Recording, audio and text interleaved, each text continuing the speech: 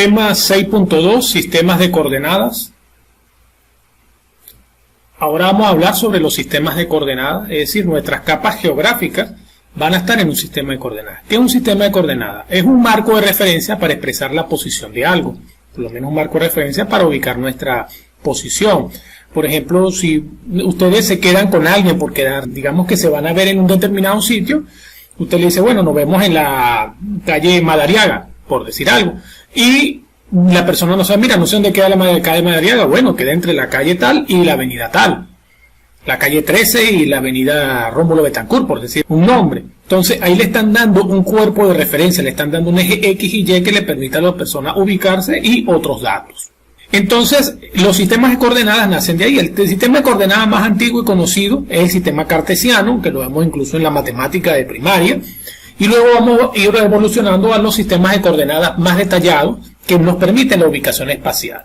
Vamos a ver el primero. Este es el sistema de coordenadas cartesiano, no es más que un eje X y Y, a partir de que conociendo el valor en la posición X, por lo menos esa pudiera ser la calle, y en la posición Y, que pudiera ser la avenida, entonces al entrecruzar podemos ver la ubicación, tener el par de coordenadas donde estamos ubicados. Y esas coordenadas nos permiten medir distancias, podemos medir ángulos, y etcétera. Generalmente al eje X le decimos abscisas y a la eje Y le decimos ordenadas. Un sistema de coordenadas geográfico parte del mismo principio de las coordenadas cartesianas.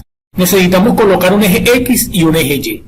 Entonces la Tierra, el problema con la Tierra es que la Tierra tiene una forma, digamos, esférica, o que tiende a la esfericidad, como podemos ver aquí en la imagen.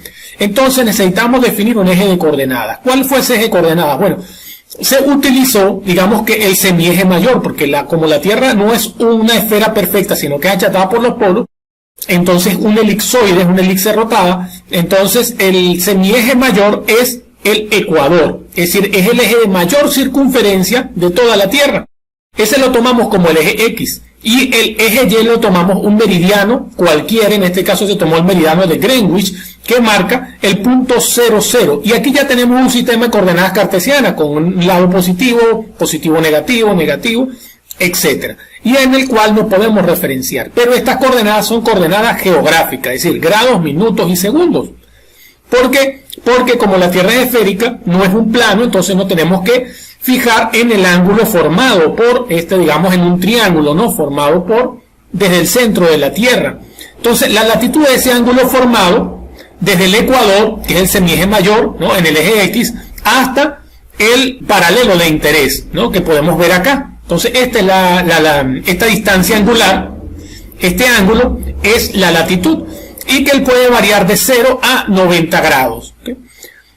Al mismo tiempo, para la parte inferior también sería, digamos que hacia el polo sur, también sería de 0 a 90 grados. La longitud, por otro lado, es la distancia angular desde el meridiano principal, digamos el meridiano de Greenwich, hasta el otro punto, digamos que este es el meridiano de Greenwich, como señala acá, hasta, digamos, el meridiano de nuestro interés, que se encuentre por acá. Entonces, este ángulo formado, que puede variar de 0 a 180 grados, se está definiendo la longitud.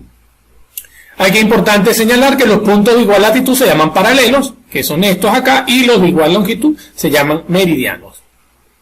Pero la Tierra no es totalmente esférica, es decir, si vamos a la parte anterior, vemos acá que la vemos como una forma esfera, pero nosotros debemos saber que la Tierra es achatada en los polos. Pero a pesar de que sea achatada en los polos, tampoco es un elipsoide perfecto, porque sabemos que tenemos montañas, mares. Entonces debemos considerar esta forma irregular de la Tierra. Para eso utilizamos otra forma matemática o digamos computacional de la superficie de la Tierra. Entonces tenemos la superficie terrestre, que es la superficie tangible a partir de la cual realizamos mediciones. Tenemos el elipsoide, que es la superficie matemática más aproximada a la forma de la Tierra y la cual vamos a realizar cálculos geodésicos. Y tenemos el geoide, que es un modelo matemático, ¿no? Equipotencial, que es como, digamos, la forma más fácil de entenderlo, que imaginemos que la Tierra fuera formada solo por agua. Esa sería la forma del geoide. Y esto es muy importante porque las cotas o altitudes las tomamos referenciadas en el nivel del mar. Generalmente el geoide, que es calculado por diferentes métodos gravimétricos, representa una forma, un modelo matemático en el cual, digamos que es más que todo como un modelo digital de terreno, ¿no? En el cual cada punto tiene la misma fuerza de atracción de gravedad. Pero ahora, lo importante del geoide es el que nos va a permitir las correcciones más precisas entre este modelo aproximado del elipsoide a una forma más cercana a la superficie de la Tierra. Aquí tenemos la representación de la superficie terrestre, que es la línea gris.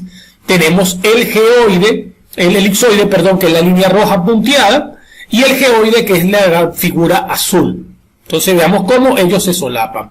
Entonces aquí podemos verlo, podemos ver que existen puntos en el que puede coincidir el geoide con el elipsoide, e incluso los tres, geoide con el elipsoide y con la superficie terrestre. El elipsoide es muy importante.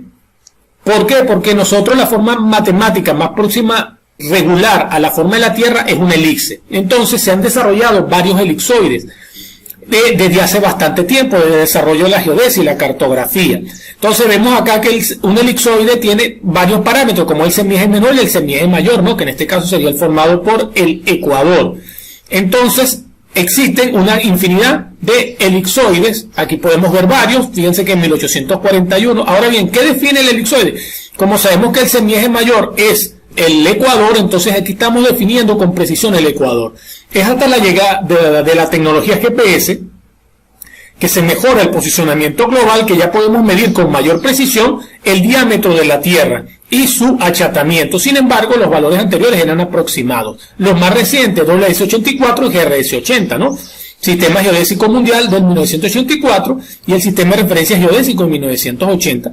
Vean que los parámetros son similares, pero varían por unas décimas. Sin embargo, anteriormente no había manera, a pesar de que se tenían elipsoides bien aproximados, no había manera de amarrar estos elipsoides al centro de la Tierra. Por lo tanto, se utilizaban unos métodos, digamos, tradicionales, con un azimut y un punto fundamental que se lo denominaba datum, donde coincidía el elipsoide con el geoide, con la superficie terrestre, y ese punto era amarrado con una serie de ángulos, y eso determinaba un elipsoide. Pero ese elipsoide era local, era preciso solamente para una región de la Tierra. Por eso hay varios tipos de sistemas de referencia. En la mayoría de los países tenemos sistemas locales antiguos y los sistemas nuevos. Sin embargo, con la llegada de la tecnología GPS, ya el elipsoide lo podemos amarrar al centro de la Tierra. Ya tenemos un elipsoide geocéntrico, es decir, amarrado al centro de la Tierra. ¿Cuál es la ventaja? Que nuestros mapas, nuestras ubicaciones van a ser compatibles con todas las posiciones en la Tierra. Es decir, mi mapa va a ser compatible con el de otro país, incluyendo Japón o el más alejado posible, porque nuestro elipsoide es común para todos. Por eso se está trabajando con elipsoides comunes. Por ejemplo, el WS84 es utilizado por la tecnología GPS. Sin embargo, hasta ahora hemos estado hablando todo lo que hemos hablado en el campo de la geodesia, y hemos estudiado la Tierra y sus posiciones definidas por ángulos, por latitudes y longitudes. Y necesitamos representar esta forma esférica en un plano. ¿Cómo llevar esta forma esférica en un plano? Ahí entramos en el campo de la cartografía, específicamente de las proyecciones cartográficas, que nos van a generar la función matemática que va a generar una relación biunívoca entre la posición esférica y el plano.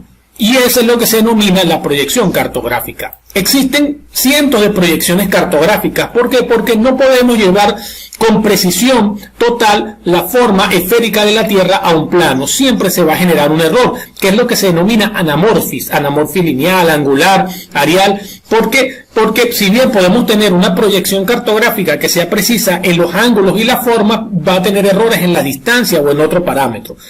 Entonces, por eso se han generado cientos de proyecciones cartográficas que son útiles para determinadas condiciones y determinadas zonas. Las proyecciones cartográficas pueden ser clasificadas según la figura geométrica desarrollable en un plano, como es un plano, como es un cilindro y un cono. Según la posición del cono, si está en vertical es normal, transversal u oblicua, y según la deformación también podemos definir la proyección cartográfica, digo, si mantiene las áreas, si mantiene las formas o si mantiene ángulos y distancias. En Latinoamérica, en las zonas tropicales, la proyección cartográfica más utilizada es la Universal Transversal Mercator. Sin embargo, esta es una proyección, digamos que local. ¿Qué llamamos una proyección local? Una proyección que nos permite representar una porción reducida de la superficie de la Tierra. No podemos representar toda la Tierra. Entonces, fíjense cómo la proyección Universal Transversal Mercator divide la Tierra en 60 zonas, cada una de 6 grados de amplitud. ¿Okay? Y entonces nosotros debemos saber en qué zona nos encontramos. No basta solamente con saber qué proyección estamos, sino en qué zona. Y la divide también en latitud norte y latitud sur. Entonces también tenemos que saber si estamos al norte o al sur, en qué zona y en qué parte. La proyección UTM es muy precisa en las zonas tropicales, pero es útil solamente hasta una distancia determinada, una latitud determinada, si recuerdo bien, más o menos 80, 60 grado de latitud, porque a medida que nos acercamos a los polos ya se generan muchas imprecisiones. Entonces, como señalamos, esta proyección no es útil para el resto de la Tierra, pero sí es muy útil para las zonas del Ecuador.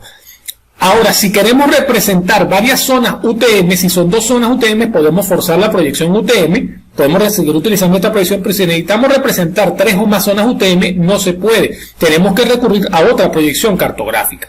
Entonces, como los que hemos visto, es muy importante estar consciente de qué elipsoide estamos utilizando, qué sistema de proyección cartográfica estamos utilizando y para qué lo vamos a utilizar. El otro concepto fundamental que debemos tomar en cuenta es el de escala. Ese plano que hemos llevado, digamos, esa forma esférica que hemos llevado a un plano con una proyección cartográfica, necesitamos de restablecerle una relación entre la realidad y lo que está representado ahí. La ventaja de la proyección cartográfica es que vamos a salir de las coordenadas de grado, minuto y segundo a coordenadas métricas que nos van a hacer más fácil realizar mediciones. Sin embargo, debemos saber qué relación hay entre lo que existe en la realidad y las dimensiones de la realidad y las dimensiones en el plano.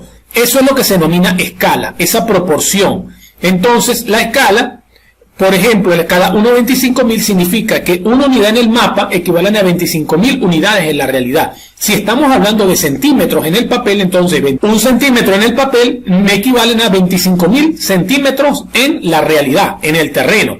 Esto lo podemos llevar a metro, es decir, equivaldría a 250 metros. ¿Okay? Un centímetro en el papel equivale a 250 metros. Entonces, notemos cómo a medida que el módulo, que es esta parte que está acá, es mayor, tenemos menos detalle en el mapa, pero cubre más extensión. Estos conceptos debemos tenerlos claros para manejar nuestros datos cartográficos geoespaciales en los sistemas de información geográfica. Las escalas pueden dividirse según los rangos. Noten acá cómo estas escalas de módulos muy grandes son escalas para representar países y regiones muy extensas y tienen poco detalle, pero son regiones extensas. En una página pequeña podemos representar un país. Tenemos escalas medianas, vean que los módulos ya son más pequeños, ya son mapas topográficos, unidades territoriales, y tenemos escalas grandes, es decir, el módulo es muy pequeño, pero la escala es muy detallada, como planos de ciudades de escala 1.000, donde un centímetro puede equivaler a 1000 centímetros, es decir, un centímetro equivale a 10 metros. O 1/500, incluso 5 metros, que ya son como para estudios urbanos.